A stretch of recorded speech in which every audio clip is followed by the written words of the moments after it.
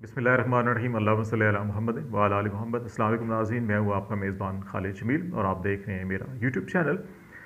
नाज़रीन, तीन बड़ी अहम ख़बरें हैं। एक ख़बर तो ये है कि अपोजिशन और हुकूमत जो है वो इंतखाबात के हवाले से बहुत से अमूर पर मुत्तफ़िक हो चुके हैं और सारा मामला आके एक नुक्ते पर फंस चुका है और उसको हल करने के लिए अब बराह रास्त सदर मुमलकत और इसहाक डार के साथ नहीं बल्कि इसमें PTI के नुमाइंदे शिबली फराज भी शामिल होंगे और उस एक नुक्ते को हल किया जाएगा और वो है इलेक्शन की तारीख़ का मामला। बाकी आलमोस्ट चीज़ें जो हैं वो तय हो चुकी हैं। इसके हवाले से हम आपसे कुछ अहम डेवलपमेंट जो हैं वो शेयर करेंगे। दूसरा मामला जनरल कमर जावेद बाजवा रिटायरमेंट के बाद जो है कि अब वो अपनी मुख्तलिफ जो डॉक्ट्रेन थी या पॉलिसीज़ थी जिसके ऊपर पॉलिटिकली बहुत ज़्यादा उनको तनकीद का सामना करना पड़ रहा है, उसके हवाले से बिलवास्ता अपनी सवाइयाँ पेश कर रहे हैं। और ऐसी भी इतलात अब सामने आ रही हैं कि जब वो आर्मी चीफ़ की मनसब पर फायज़ थे उस वक़्त भी उन्होंने बहुत से अहम क्वार्टर्स के ऊपर और इवन अपनी जो उनकी एक्स सर्विसमैन सोसाइटी है उसको भी कन्विंस करने की कोशिश की और बहुत सी सवाइयाँ पेश की, लेकिन वो इसमें किस हद तक कामयाब हुए और अभी भी उन्हें क्यों सवाइयाँ पेश करनी पड़ रही हैं, इसके बारे से बातचीत करेंगे। और इसके साथ साथ जनरल आसिम मुनीर जो मौजूदा आर्मी चीफ़ हैं उनकी अरशद शरीफ शहीद की वालदा से मुलाकात के हवाले से मुख्तलिफ ज़राए से इतलात मौसूल हो रही हैं। उन इतलात की तनाजुर के अंदर अरशद शरीफ शहीद का जो केस है उसकी तहकीकात हैं उसमें किस हद तक मुस्बत पेशरफ्त हो सकती है, इस पे हम बातचीत करेंगे। और फिर एक मामला इलेक्शन के साथ जुड़ा हुआ है और ये बराह रास्त अवाम के लिए बहुत बड़ा रिलीफ का मामला है और ये पेट्रोलियम मसनूआत की कीमतों का मामला है। और जो स्टार्ट में जैसे हमने कहा कि इस वक्त हुकूमत और अपोजिशन के दरमियान आलमोस्ट इलेक्शन जो है वो कबल वक्त करवाने के हवाले से मामला सारे तय हो चुके हैं। सिर्फ एक नुक्ता बाकी रह गया है कि वो नुक्ता ये है कि इसकी तारीख़ और महीना कौन सा होगा। इस पे अभी तक दो आरा हैं और उसको हतमी शक्ल इख्तियार देने के लिए जो है कि ये फ़ैसला कुन मरहले में बातचीत दाखिल हो चुकी है। पाकिस्तान तहरीक इंसाफ ये चाहती है कि इलेक्शन मार्च अप्रैल में, और ज़्यादा उनके जो तरजीह है वो ये है कि रमज़ान शरीफ से पहले इलेक्शन हो जाने चाहिए। और अगर रमज़ान शरीफ में भी करने की ज़रूरत पड़ती है तो इसमें कोई हर्ज नहीं, लेकिन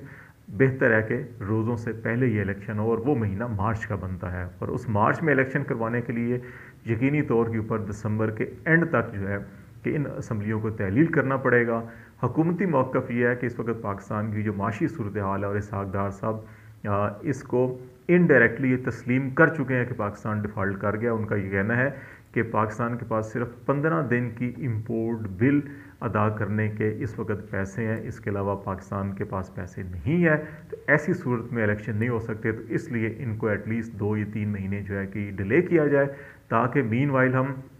ये अंडरस्टैंडिंग डेवलप अगर हो जाती है अपोजिशन और हुकूमत के दरमियान कि इलेक्शन हमने करवाने हैं और वो मई की बात करते हैं कि मई में इलेक्शन होने चाहिए। अगर ये अंडरस्टैंडिंग डेवलप होती है, PTI असम्बलियों में आती है तो एक थोड़ी सी स्टेबिलिटी क्रिएट होगी और फिर चीन और सऊदी अरब से मज़ीद UAE कतर जो है कि इनसे हम मज़ीद माली इमदाद लेकर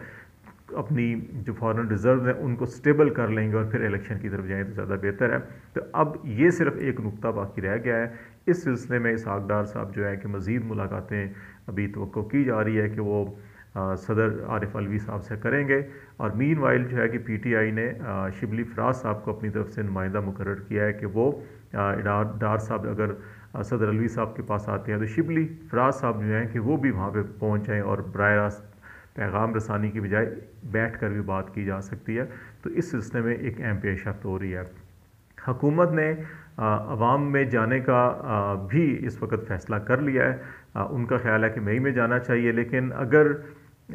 ये मामलात जो है कि नहीं तय होते और अर्ली इलेक्शन में थोड़ा सा और आगे आना पड़ता है मार्च या अप्रैल की तरफ, तो इस वक्त ये इतलात भी हुकूमत वज़ारत ख़ज़ाना और PMLN के सर्कल्स के अंदर घूम रही है कि फिर हमें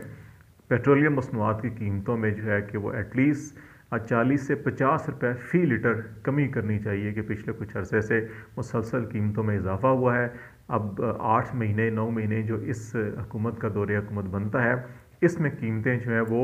150 रुपये पर लीटर से बढ़कर जो है कि वो 250 लीटर तक आई हैं, जो 75 रुपये तकरीबन पर लीटर कीमतों में इजाफा हुआ है। तो इसको एटलीस्ट आवाम को अगर 40 से 50 रुपये का रिलीफ देते हैं तो ये थोड़ा सा इस्टेब्लिश करने की कोशिश करेंगे कि इंटरनेशनल मार्केट में कमी है तो हम रिलीफ दे रहे हैं, तो इससे शायद पब्लिक के अंदर कुछ हमदर्दियाँ हासिल की जा सकें। तो ये ऑन कार्ड मौजूद है और तवक्को की जा रही है कि मिड दिसंबर में ही शायद इसका ऐलान हो जाए या दिसंबर के एंड में इसका एक बड़े रिलीफ का जो ऐलान होगा। तो पॉलिटिकल सिचुएशन में होगा, अगरचे वो रिलीफ जो इंटरनेशनल मार्केट में प्राइसेस के तनासब से तो नहीं मिलेगा, लेकिन फिर भी आवाम को एक बड़ा रिलीफ जो है कि मिलने की तवक्को की जा रही है। दूसरा मामला जनरल बाजवा साहब की सफाइयों का मामला जो है कि उस सिलसिले में जनरल बाजवा साहब ने, जब वो आर्मी चीफ थे उस वक़्त भी पाकिस्तान की एक्स सर्विसमैन सोसाइटी है, जो पाकिस्तान के फ़ौज के जो रिटायर्ड अफसरान और जवान हैं उनकी वेलफेयर की एक सोसाइटी है, जिसके चेयरमैन इस वक्त जो है कि lieutenant general retired Amjad Shoaib साहब हैं, और वो पब्लिकली टीवी चैनल्स के ऊपर भी, सोशल मीडिया के ऊपर भी जो है कि वो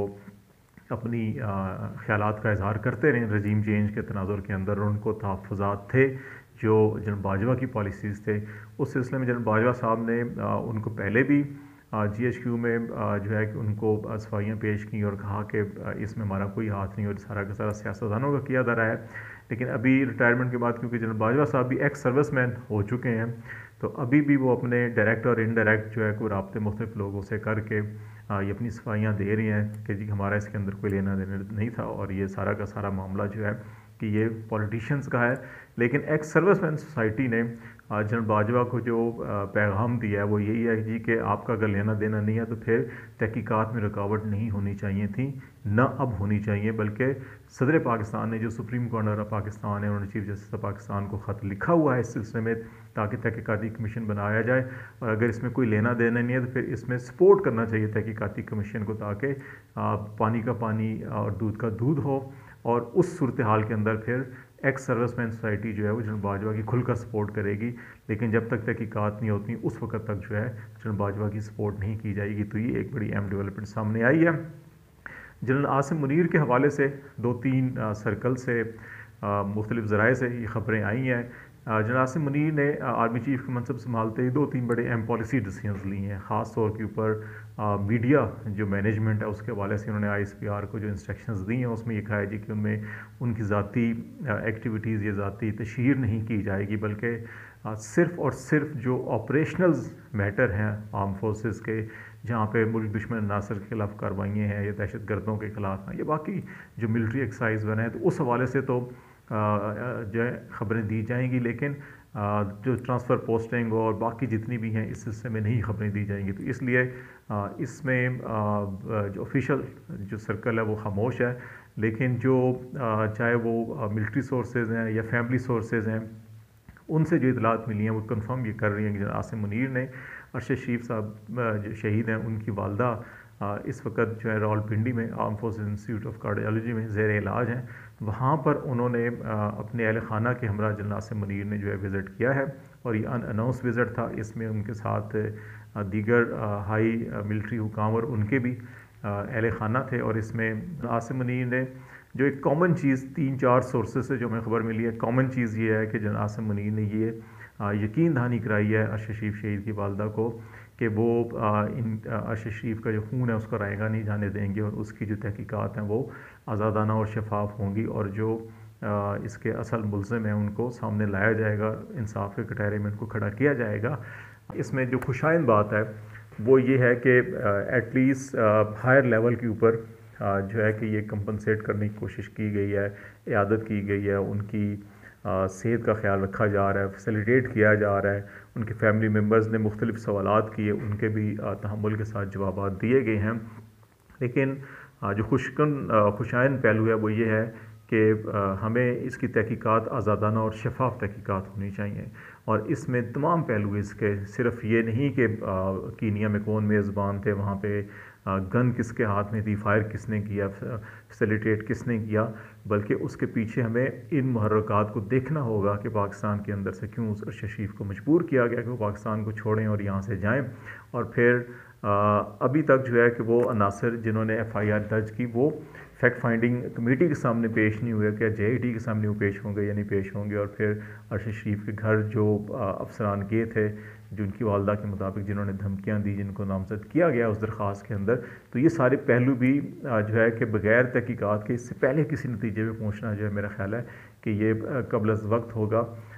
تمام ہمیں بھی اور تمام جو فریقین ہیں ان کو بھی کسی حتمی رائے پہنچنے کے لیے جو ہے کہ جے آئی ٹی کی تحقیقات کا انتظار کرنا چاہیے، اور پھر جب تحقیقات کے نتیجے میں کوئی چیز سامنے آتی ہے تو پھر دیکھا جائے کہ کون سے اس میں عوامل شامل کیے گئے ہیں، کون سے عوامل کو نظر انداز کیا گیا، جیسے فیکٹ فائنڈنگ کمیٹی کی رپورٹ کا اس وقت تجزیہ کیا جا رہا ہے، تو اس رپورٹ تک کا انتظار آنا چاہیے، اور پھر سب کو جو ہے کہ